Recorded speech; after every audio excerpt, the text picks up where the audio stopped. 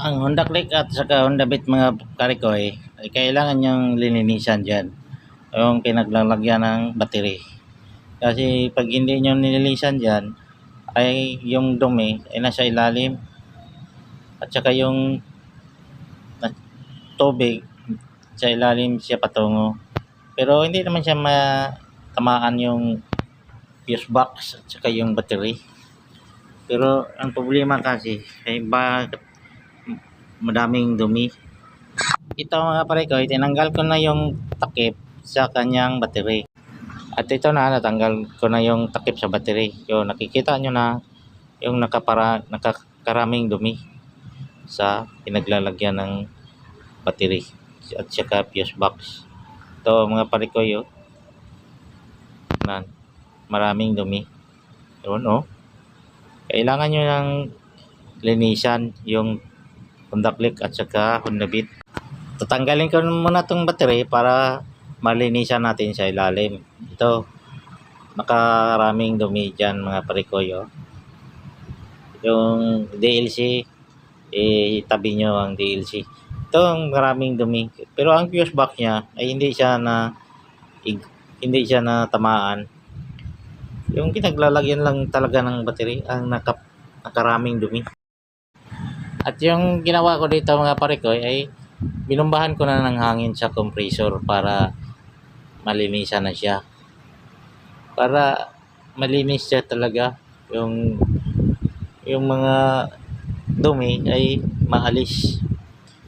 Yan, ginagawa ko, kinisprihan ko ng hangin. Yan o, kikita nyo mga parikoy. Yung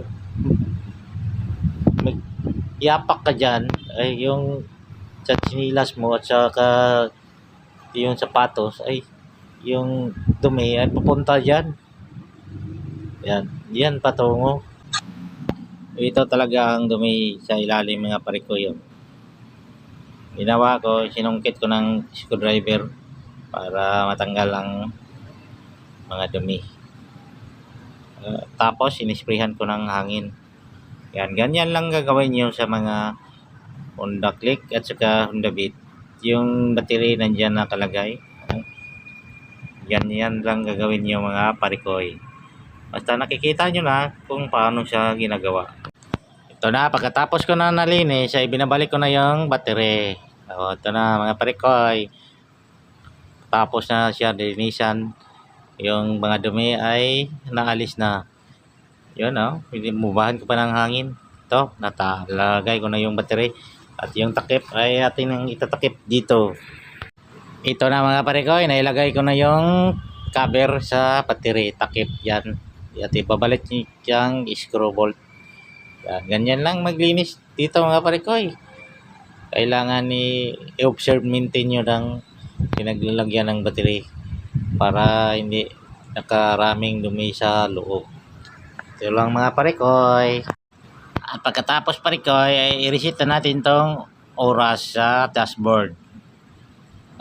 Ganito lang mag-reset ng oras sa dashboard mga parikoy. Tutulak nyo yung dalawang reset. Tapos mag-blink siya. Yun o, nakikita nyo. Tapos reset. Pindutin nyo ang reset. Ito. Nakikita nyo parikoy o. Yan. Nireset ko itong oras. Kasi kung matanggal yung battery niya, ay kanyang oras dapat yung i-reset. Basta matanggal ang battery. Kasi magbabago ang oras niya. Itong mga parikoy, reset na natin itong oras sa dashboard. Ito, ganyan lang mag-reset. Tulbok-tulbok yung may pusto na reset mga parikoy para maglipat siya sa minutes. Ito. Yan. 21, 22 at tapos reset. Okay. Okay siya dyan mga parikoy. Okay ka pa dyan. Ito na. Reset na siya mga parikoy. Okay ka pa dyan. Hindi na kayo mahirapan yan mga parikoy. Simple lang yan i-reset. Sa manual lang yan.